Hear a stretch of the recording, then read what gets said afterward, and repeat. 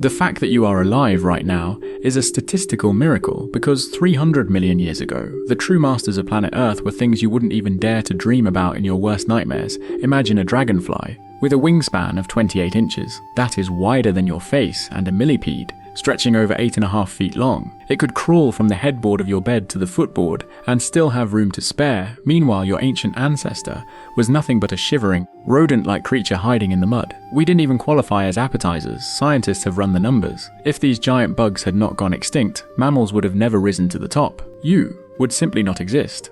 But what is truly spine-chilling is that the very thing that killed them, humanity is currently bringing back to life. This era was called the Carboniferous Period. You might not know the name, but you have definitely used its legacy, coal. That is right, the coal you burn today is literally the fossilized corpses of these massive 300 million year old forests. Back then, Earth was an entirely different planet.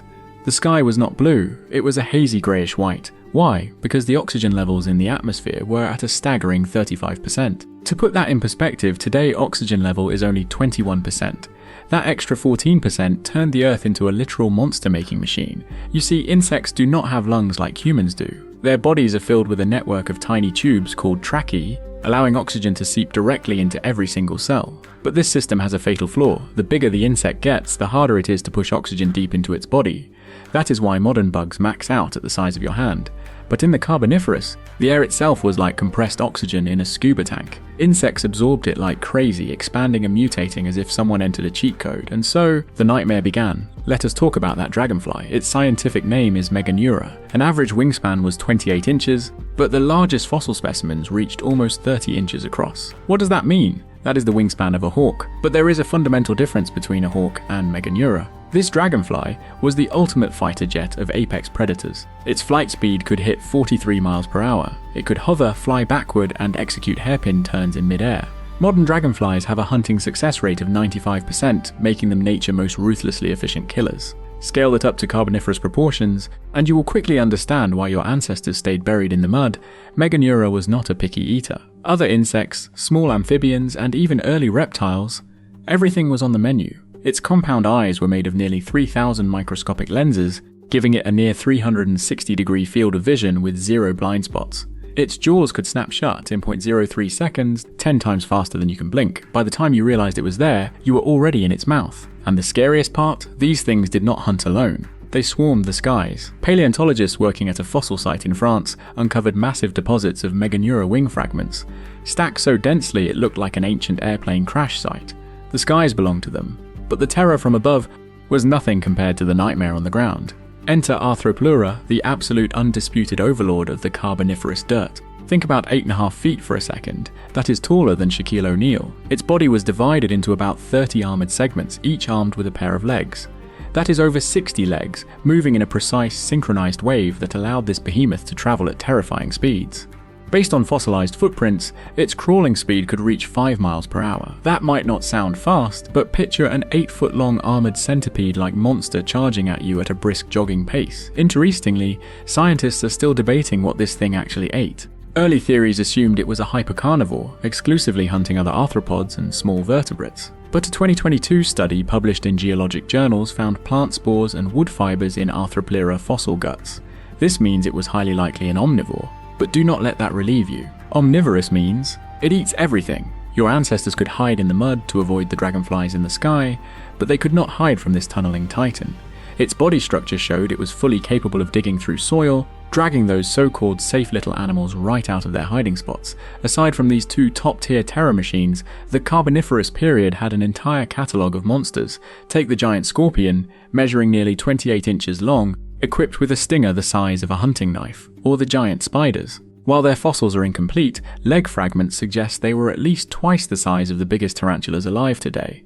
There were countless other bizarre, unnamed arthropods waiting in the swamps, the forests and the pitch-black caves, waiting for any prey foolish enough to show its face. Back then, Earth was not an animal paradise. It was an arthropod slaughterhouse, and your ancestors, those early precursors to mammals, their daily life consisted of exactly 3 things: hide, run, and hide again. They did not dare to come out during the day because the dragonflies were patrolling the skies. They did not dare to burrow too deep because they might bump into an 8-foot-long centipede. Their only survival strategy was to stay small and stay invisible. For 50 million long years, they were the most pathetic bottom-tier creatures on this planet, but history is full of irony. What killed these giant bugs was not some heroic mammal counterattack. It was an environmental shift they could not even begin to comprehend. Near the end of the Carboniferous period, Earth oxygen levels began to plummet. The reasons were complex: shifting plant life, massive volcanic activity, and changing ocean currents. When the oxygen dropped from 35% to 25%, those once dominant giant insects began to suffocate. This is not an exaggeration. Their tracheal breathing systems crashed in efficiency in the low oxygen air.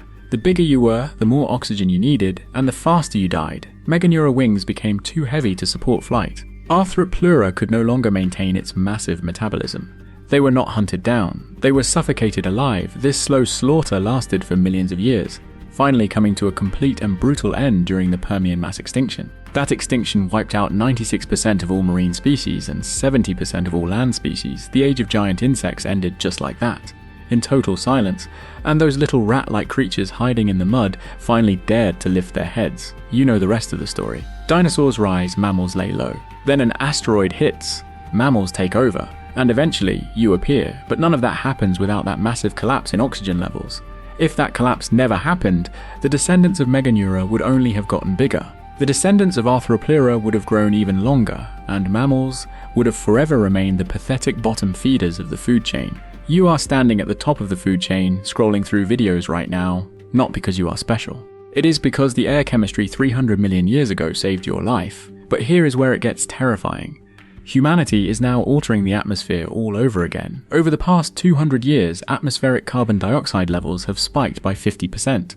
And oxygen concentrations are actually dropping at a rate of about 1 in 4 million every year. It sounds tiny, but let that run for a few hundred years and no one knows exactly what will happen. More importantly, our understanding of Earth climate systems is nowhere near as deep as we like to think. The giant bugs of the Carboniferous never saw the oxygen drop coming. The dinosaurs never saw the asteroid coming. And we are sitting here burning 300 million year old coal, triggering atmospheric changes with completely unknown consequences. Some scientists joke that if oxygen levels ever spiked back up above 30%, the giant bugs could return.